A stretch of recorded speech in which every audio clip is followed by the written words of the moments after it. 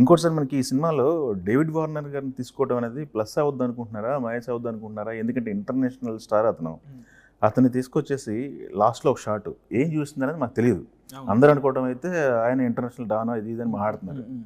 మీ opinion ఏంటి? అది plus అనా మైనసా అనేది పర్స్పెక్టివ్? ఆ సిచ్యువేషన్లో ఒక ఇంటర్నేషనల్ స్టార్ ఒకళ్ళు కావాలండి డెఫినెట్గా. అంటే ఇప్పుడు వార్నర్ గారు కాకముందే నేను కథ రాసుకున్నప్పుడు ఇక్కడ ఒక ఇంటర్నేషనల్ స్టార్ ఉంటే బాగుంటుంది అనేది ఈ కథలో ఉండింది. సో ఇంటర్నేషనల్ ఇప్పుడు హాలీవుడ్ నుంచో లేకపోతే అక్కడో ఇక్కడో ఎవరో ఉన్న ఒక స్టార్ని తీసుకొచ్చి పెట్టినా అది మన వాళ్ళందరికీ కూడా తెలియదు. ఓకే, ఎవరిని తీసుకొచ్చి పెట్టినా సరే ఓకే. సో మన వాళ్ళందరికీ కనెక్ట్ అయినట్టు ఉంది ఎవరంటే నాకు డేవిడ్ వార్నర్ గారు కనిపించారు, గుర్తొచ్చారు. ఆయన అసలు మన వాళ్ళందరికీ అవును ఆయన అయితే బాగుంటుందని నేను సరదాగా అన్నాను. బట్ మా ప్రొడ్యూసర్ గారు బాగా సీరియస్గా తీసుకొని ఆయన ఉంటే బాగుంటుందని. డెఫినెట్గా ఆయనది ఇంపాక్ట్ఫుల్గా ఉంటుంది. చాలా చిన్న క్యామియో అండి, అసలు ఏంటి ఇంత చిన్న క్యామియో అనుకుని కూడా ఉండొచ్చు, కానీ వెరీ ఇంపాక్ట్ఫుల్గా ఉంటుంది. డేవిడ్ వార్నర్ గారిని బాగా వాడారు అని కూడా అంటారు. అవునా? Yeah, okay. ఆయన కెమెరా ఫేస్ చేసినప్పుడు ఫస్ట్ డే ఎలా ఉన్నారు అసలు? నేను ఫస్ట్ షాక్ అయ్యానండి. అంటే అసలు ఇప్పుడు ఈ క్రికెటర్ కదా, యాక్టింగ్ రాదు, సో మనం వాటికి ప్రిపేర్ అయ్యి చేయాలి అది ఇది అనుకున్నాం. కానీ అసలు మనిషిలో యాక్టింగ్ బాగుందండి. అసలు ఆ స్క్రీన్ ప్రెజెన్స్ కూడా టెరిఫిక్గా ఉంది అసలు. ఓకే. ఎన్ని రోజులు షూట్ చేశారు సార్? 2 days అండి. 2 days సరిపోయిందా?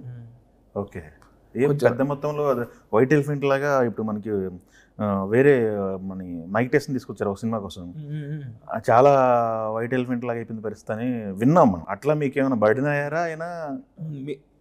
ముందు దానికైతే మీరు ఏమనుకోవద్దు, విన్నవి మాత్రం నమ్మకండి. అసలు మీకు ఏదైనా ఉంటే డైరెక్ట్ కనుక్కొని తెలుసుకోండి. నాకైతే ఇప్పుడు నేను పర్సనల్గా చెప్తున్నాను, డేవిడ్ వార్నర్ గారు అనేది ఈ సినిమాకి చాలా ప్లస్ అండ్ మేము ఆల్సో వెరీ కంఫర్టబుల్. అంటే ఆయన వచ్చి 2 days షూట్, 1 day ప్రమోషన్కి వచ్చారు. అసలు వెరీ ఎంత కంఫర్టబుల్ పర్సన్ అంటే మార్నింగ్ టు ఈవినింగ్ వరకు. నిన్న కూడా ఎవరో అన్నారు కింద ఏదో మీ పేజ్లో, ఏం వాడకరు అయ్యా అసలు చేసిందే 2 days షూట్, 1 day ప్రమోషన్ అంటే ఈ 1 dayలో ఇన్ని రీల్స్ వస్తున్నాయంటే, రోజు వస్తున్నాయంటే, ఇదేం వాడకరు అయ్యా అని చెప్పి బ్రహ్మానందం గారు ఫేస్ పెట్టి మీమ్స్ చేస్తున్నారు. సో అంత తెలుగు నేర్పించారు. అసలు ఫస్ట్ మీటింగ్లో వెళ్ళి ఆయనతో కూర్చున్నప్పుడు ఎలా ఉన్నారు అన్నాడు. అనగానే ఏంటిది షాక్ అంటే, నేను ఇక్కడ SRHలో ఉన్నప్పుడు అక్కడక్కడ చిన్న పదాలు తెలుసు, తెలుగు పదాలు, అప్పుడప్పుడు నాకు ఇక్కడ ఫుడ్ ఇష్టము అని ఇక్కడికి వెళ్ళే ప్లేసుల గురించి కూడా చెప్పేవాడు. అసలు హైదరాబాద్ స్పాట్స్ చెప్పారు ఆయన? యా. ఓకే. మీరు షాక్ అయ్యా నేను. ఏంటి నిజంగా వెళ్ళాలంటే కేఫ్కి వెళ్ళి మీరు తిన్నారా, కూర్చున్నారా, అవన్నీ కూడా అడిగాను నేను. ఓకే అండి. ఇంకోటి మనకి రాబిన్ హుడ్ సినిమా విషయానికి వచ్చినట్టయితే అఫ్కోర్స్ రాజేంద్ర ప్రసాద్ గారు ఎంత ఇంపార్టెంట్ క్యారెక్టర్ అనేది మనకు కనపడుతుంది. ఎన్ని రోజులు షూట్ చేశారు రాజేంద్ర ప్రసాద్ గారి కాంబినేషన్లో, హీరో గారి కాంబినేషన్లో? డేస్ ఎగ్జాక్ట్గా గుర్తులేదండి నాకు. అంటే ఇప్పుడు మీరు ఇమీడియట్గా అడిగితే అసలు ఎన్ని డేస్ అనేది ఆయన కరోనాకి సంబంధించిన డైలాగులు కూడా ఉన్నాయి దీంట్లో. దీని అసలు షూట్ ఎప్పుడు మొదలు పెట్టారు, ఎంతకాలం నడిచింది, ఏంటి అనేది? లేదండి, అది కరోనా గురించి రాయడానికి రీజన్ ఏంటంటే కేవలం అంటే మనకి కనెక్టివిటీ ఉండింది, క్వారంటైన్ ఇవి తెలియని వాళ్ళు ఎవరూ లేరు అండ్ కనెక్టివిటీ ఉన్న థింగ్స్ అని చెప్పి రాసిందే తప్ప అది ఏదో కోవిడ్ టైంలో రాసింది కాబట్టి ఆ కోవిడ్ డైలాగులు ఉన్నాయని మాత్రం కాదండి అసలు. కోవిడ్ టైంలో రాసుకున్న స్క్రిప్ట్ డిలే అవుతా వచ్చింది, వస్తున్నా నేను చేంజ్లు చేస్తూ ఉంటా, అలా ఉంచనండి. అదే కదా, సూపర్ అండి. అయితే ఇంకొకటి, నిన్న రాజేంద్ర ప్రసాద్ గారు మాట్లాడుతున్నప్పుడు మీరు అంతా ఉన్నారు కదా, గబాల్నా మీరు ఎక్స్పెక్ట్ చేయలేదా ఇంత ట్రోల్ అవుద్దని? ఎక్స్పెక్ట్ కాదండి. ఫస్ట్ అసలు మీకు అంటే అక్కడ ఒక మైండ్ సెట్ ఏంటంటే అండి, ఇప్పుడు రాజేంద్ర ప్రసాద్ గారు మాట్లాడుతున్నారు ఇక్కడ కూర్చున్నప్పుడు, మేము కింద కూర్చున్నప్పుడు అసలు ఎస్పెషల్లీ యాజ్ ఎ డైరెక్టర్ నాకు తెలుసు, మిగతా వాళ్ళు తెలియదు, కానీ నాకు మైండ్లో ఈవెంట్ జరుగుతూ ఉన్నా రకరకాలు తిరుగుతూ ఉంటాయండి. ఏం తిరుగుతూ ఉంటాయంటే అవుట్పుట్స్ వెళ్తున్నాయా అండ్ ఇంకోటి అవ్వంగానే ఇమీడియట్ పరిగెత్తుకుంటూ మిక్సింగ్కి వచ్చాం. సో మైండ్లో ఇన్ని రన్ అవుతూ ఉంటాయి. ఆయన మాట్లాడుతున్నారు, ఫాలో అవుతున్నాను. సడన్గా ఆయన నోట్లో నుంచి ఒక మాట దొరికింది.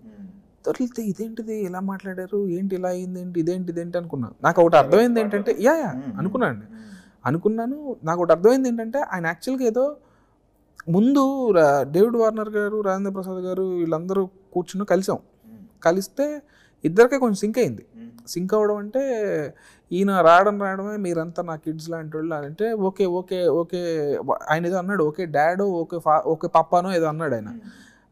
నవ్వుకున్న తర్వాత ఈయన నువ్వు యాక్టింగ్లోకి వస్తున్నావు కదా, నీ సంగతి చెప్తాను చూసుకోవాలని అన్నాడు ఆయన, రాజేంద్ర ప్రసాద్ గారు.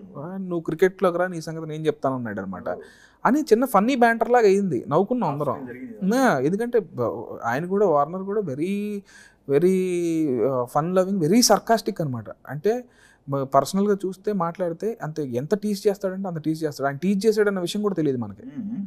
అసలు నాకు నేను ఎస్పెషల్లీ సెకండ్ డేకి క్లోజ్ అయిపోయాడు అనమాట. క్లోజ్ అయిపోయిన తర్వాత సెకండ్ డేకి ఆయన టీచ్ చేస్తుంటే అది టీచ్ చేశాడా అని నాకు 1 minute తర్వాత రిలీజ్ అయ్యేది.